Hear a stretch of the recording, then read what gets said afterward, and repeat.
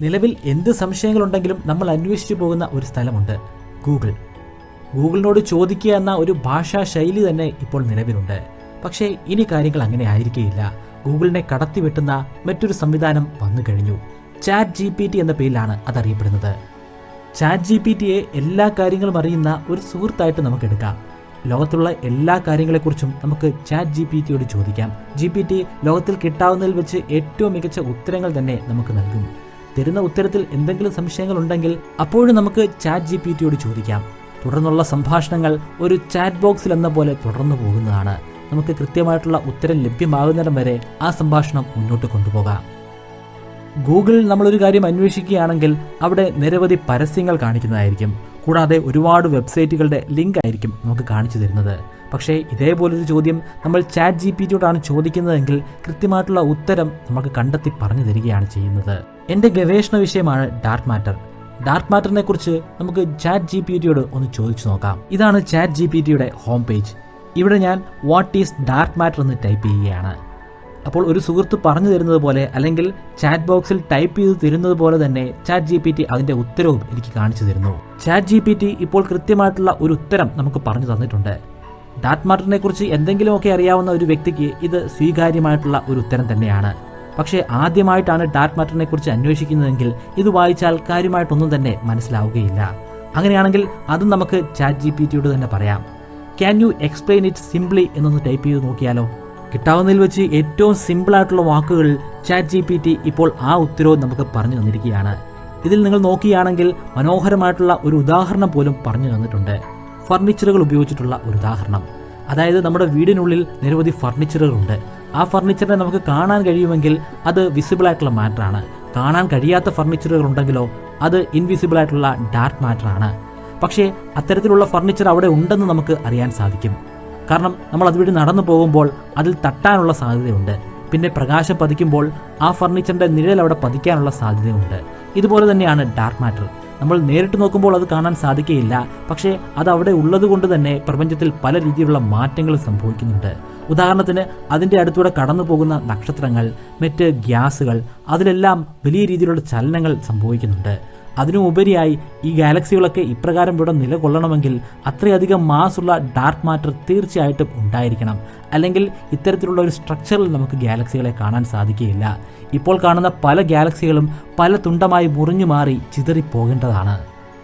Dark മാറ്ററിനെ കുറിച്ച് ഇതിനു മുൻപ് ഞാൻ പല വീഡിയോകൾ ചെയ്തിട്ടുണ്ട്. പക്ഷേ ഇത്ര മനോഹരമായി എക്സാമ്പിളുകൾ ഉപയോഗിച്ച് പറയാൻ എനിക്ക് സാധ്യമായിരുന്നില്ല. ഇത് കണ്ടപ്പോഴാണ് ഈ രീതിയിലും എനിക്ക് ഡാർക്ക് മാറ്ററിനെ കുറിച്ച് പറഞ്ഞു കൊടുക്കാൻ സാധിക്കുമല്ലോ എന്ന് മനസ്സിലായത്.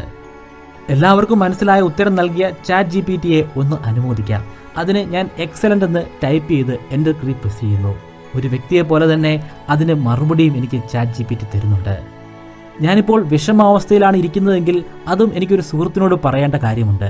ആ സുഹൃത്ത് വേണ്ട ഉപദേശങ്ങൾ നമുക്ക് പറഞ്ഞു തരും. അതുപോലെ തന്നെ ChatGPTയെ നമുക്ക് ഉപയോഗിക്കാം. ഞാനിവിടെ ടൈപ്പ് ചെയ്യുകയാണ് ഐ ആം സാഡ്. അപ്പോൾ തന്നെ ChatGPTയുടെ ഉത്തരവും ലഭ്യമായി കഴിഞ്ഞു.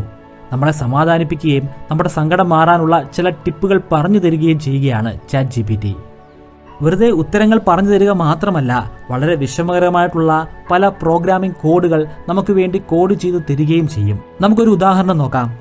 എൻ്റെ റിസർച്ചിൽ ഞാൻ ഉപയോഗിക്കുന്ന ഒരു അനാലിസിസ് ആണ് എക്സ്ട്രീമ അനാലിസിസ്. അതിൻ്റെ പൈത്തണിലുള്ള കോഡ് ഒന്ന് ജനറേറ്റ് ചെയ്ത് തരാമോ എന്ന് ChatGPTയോട് ചോദിച്ചു നോക്കാം. നിമിഷ നേരങ്ങൾ കൊണ്ട് തന്നെ ഉചിതമായിട്ടുള്ള ഒരു കോഡ് എനിക്കിപ്പോൾ ജനറേറ്റ് ചെയ്ത് തന്നിരിക്കുകയാണ്. ഇതിൽ ഏതെങ്കിലും ഒരു പോർഷനിൽ എനിക്ക് സംശയമുണ്ടെങ്കിൽ ആ പോർഷൻ കോപ്പി ചെയ്ത് ChatGPTയോട് തന്നെ എനിക്ക് ചോദിക്കാം. ഏറ്റവും സിമ്പിളായിട്ടുള്ള രീതിയിൽ ChatGPT പറഞ്ഞു തരുന്നതാണ്. എങ്ങനെയാണ് ഇത് സാധ്യമാകുന്നത്? ഇതിൻ്റെ പിന്നിലുള്ളത് നിർമ്മിത ബുദ്ധി അല്ലെങ്കിൽ ആർട്ടിഫിഷ്യൽ ഇൻ്റലിജൻസ് തന്നെയാണ്. അതിൻ്റെ ഉള്ളിൽ തന്നെ ഉള്ള ഒരു ടൈപ്പായ ജനറേറ്റീവ് ആർട്ടിഫിഷ്യൽ ഇൻ്റലിജൻസ് ആണ് ഇവിടെ ഉപയോഗിച്ചിരിക്കുന്നത്. അതിനെക്കുറിച്ച് പറയാൻ എനിക്ക് വളരെയധികം സന്തോഷമാണ്. കാരണം ഞാൻ എൻ്റെ ഗവേഷണത്തിൽ ഉപയോഗിക്കുന്നതും ഇതേ നിർമ്മിത ബുദ്ധി തന്നെയാണ്. വളരെ ലഘുവായ ഭാഷയിൽ എങ്ങനെയാണ് ChatGPTക്ക് ഈ കാര്യങ്ങളൊക്കെ നമുക്ക് പറഞ്ഞു തരാൻ സാധിക്കുന്നതെന്ന് നമ്മൾ ഈ വീഡിയോയിലൂടെ ചർച്ച ചെയ്യുകയാണ്. അതിനോടൊപ്പം തന്നെ വളരെയധികം പ്രയാസമുള്ള ആസ്ട്രോണോമിക്കൽ ഇമേജിൽ നിന്നും എങ്ങനെയാണ് ഞാൻ ഡാർക്ക് മാറ്ററിനെ കണ്ടെത്താൻ പോകുന്നതെന്നും അതിനുവേണ്ടി ഞാൻ എങ്ങനെയാണ് ഈ സാങ്കേതികവിദ്യ ഉപയോഗിക്കുന്നതെന്നും പറയുന്നുണ്ട്. ഓരോ ദിവസവും വന്നുകൊണ്ടിരിക്കുന്ന ഇത്തരത്തിലുള്ള സാങ്കേതിക വിദ്യകൾ നമ്മളെയും നമ്മുടെ ഭൂമിയെയും നമ്മൾ പോലും അറിയാതെ മാറ്റിമറിച്ചുകൊണ്ടിരിക്കുകയാണ്.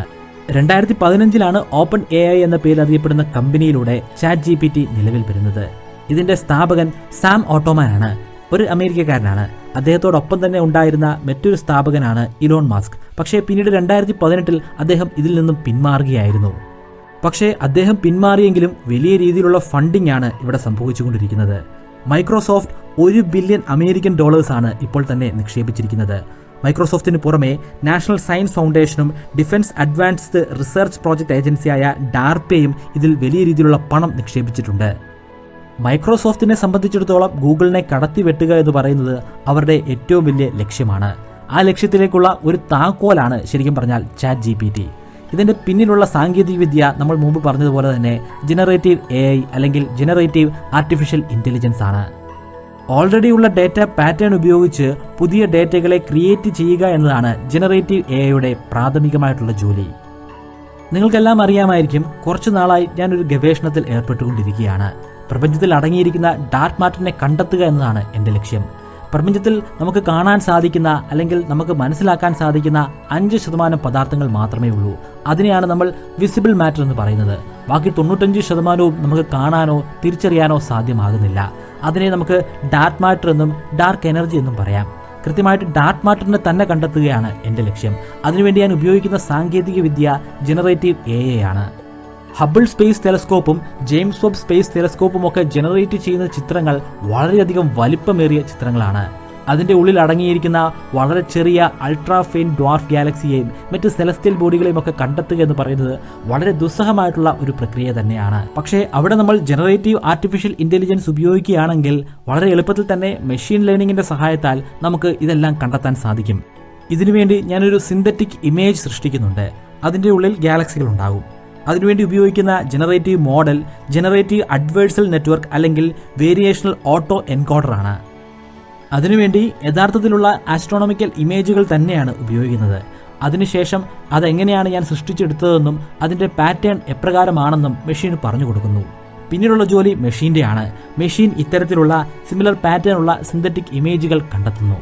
ഇത് യാഥാർത്ഥ്യമായി കഴിഞ്ഞാൽ പിന്നെ വലിപ്പമേറിയ ആസ്ട്രോണമിക്കൽ ഇമേജുകൾ മെഷീന് കൊടുത്താൽ മതിയാകും. അതിൻ്റെ ഉള്ളിലുള്ള പാറ്റേണുകൾ റെക്കഗ്നൈസ് ചെയ്ത് ഓരോ സെലസ്റ്റിയൽ ബോഡിയെയും പ്രത്യേകം കണ്ടെത്തുന്നതാണ്. അതിൻ്റെ ഉള്ളിലുള്ള സ്റ്റാറുകളുടെയും ഗ്യാസുകളുടെയും വ്യതിയാനങ്ങൾ എപ്രകാരമാണെന്നും അതിൽ എത്രമാത്രം ഡാർക്ക് മാറ്ററിന്റെ സ്വാധീനമുണ്ടെന്നും ഒക്കെ മനസ്സിലാക്കാൻ സാധിക്കും. ഇതേ രീതി തന്നെയാണ് ChatGPTയിൽ സംഭവിക്കുന്നത്. ഇവിടെ സംഭവിക്കുന്ന സാങ്കേതികവിദ്യ RLHF എന്ന പേരിൽ അറിയപ്പെടുന്നു. റീഎൻഫോഴ്സ്മെന്റ് ലേണിംഗ് ഹ്യൂമൻ ഫീഡ്ബാക്ക് എന്നാണ് അതിൻ്റെ പൂർണ്ണമായ രൂപം. ഇവിടെ ആദ്യം തന്നെ മെഷീന് കോടാനുകോടി വാക്യങ്ങൾ പറഞ്ഞു കൊടുക്കുകയാണ്. ഒരു ചോദ്യം ചോദിക്കുമ്പോൾ ആ ചോദ്യത്തിന്റെ അർത്ഥം എന്താണ്, അതിൽ അടങ്ങിയിരിക്കുന്ന കീവേഡുകൾ എന്തൊക്കെയാണ്, അതിന് എപ്രകാരം മറുപടി കൊടുക്കണം, അതിൽ ഏതൊക്കെ രീതിയിലുള്ള വേർഡുകളാണ് ഉപയോഗിക്കേണ്ടത്, ഇക്കാര്യങ്ങളൊക്കെയാണ് ഇവിടെ വരുന്നത്. ശേഷം ആദ്യത്തെ ചോദ്യം ചോദിക്കുന്നു. നിലവിൽ മെഷീന് അതിന്റെ ഉത്തരം കണ്ടെത്താൻ സാധിക്കുകയില്ല. ഇവിടെ ഉത്തരം കണ്ടെത്തി കൊടുക്കുന്നത് മനുഷ്യർ തന്നെയാണ്, പ്രോഗ്രാമിങ്ങിന്റെ സഹായത്താൽ.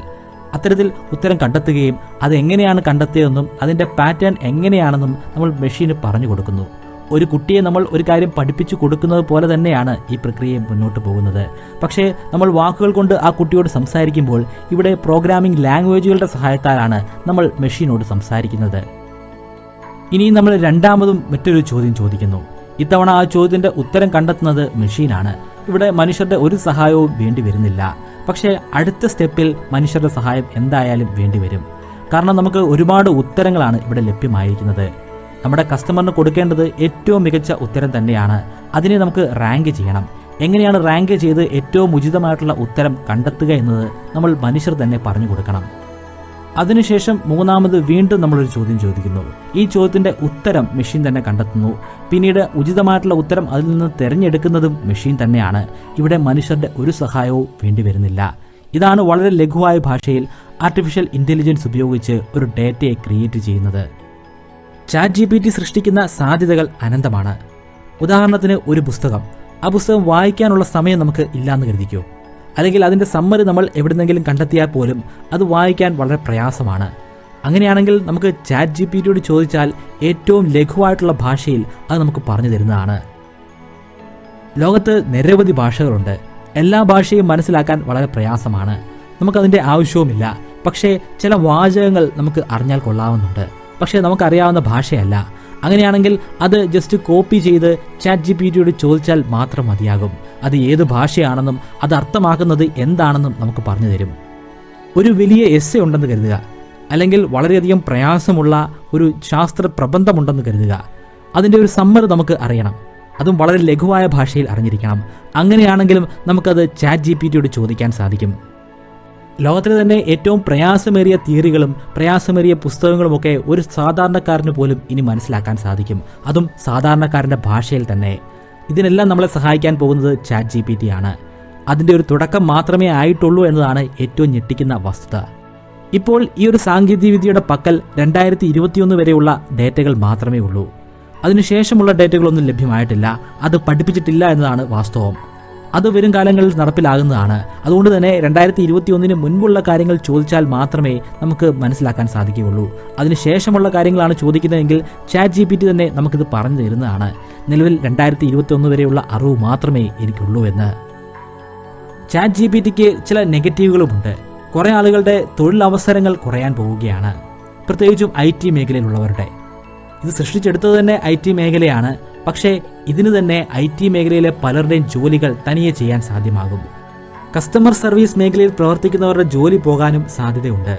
നമുക്കെന്തെങ്കിലും സംശയമുണ്ടെങ്കിൽ ChatGPTയോ അല്ലെങ്കിൽ അതുപയോഗിച്ച് സൃഷ്ടിച്ചെടുക്കുന്ന ഏതെങ്കിലും ഒരു വോയിസ് ഡിവൈസോ ഉപയോഗിച്ചിട്ട് നമുക്ക് കാര്യങ്ങൾ പറഞ്ഞു തരുന്നതാണ്, അതും നമുക്കറിയാവുന്ന ഭാഷയിൽ തന്നെ. നിലവിൽ ചാറ്റ് ബോട്ടുകളുണ്ട്, പക്ഷേ ചാറ്റ് ബോട്ടുകളുടെ പോരായ്മകൾ നമുക്കെല്ലാവർക്കും അറിയാവുന്നതാണ്. നമ്മൾ ഏതെങ്കിലും ഒരു സൈറ്റിൽ കയറി കഴിഞ്ഞാൽ നമ്മളോട് ഹായ് ദേർ എന്ന് പറഞ്ഞ് ഒരു ചോദ്യം ചോദിച്ച് ആരെങ്കിലും ഒരാൾ വരും. ശരിക്കും ജീവനുള്ള ഒരു വ്യക്തിയല്ല അത്. നമുക്ക് കാര്യങ്ങൾ പറഞ്ഞു തരുന്നത് ഒരു മെഷീൻ തന്നെയാണ്.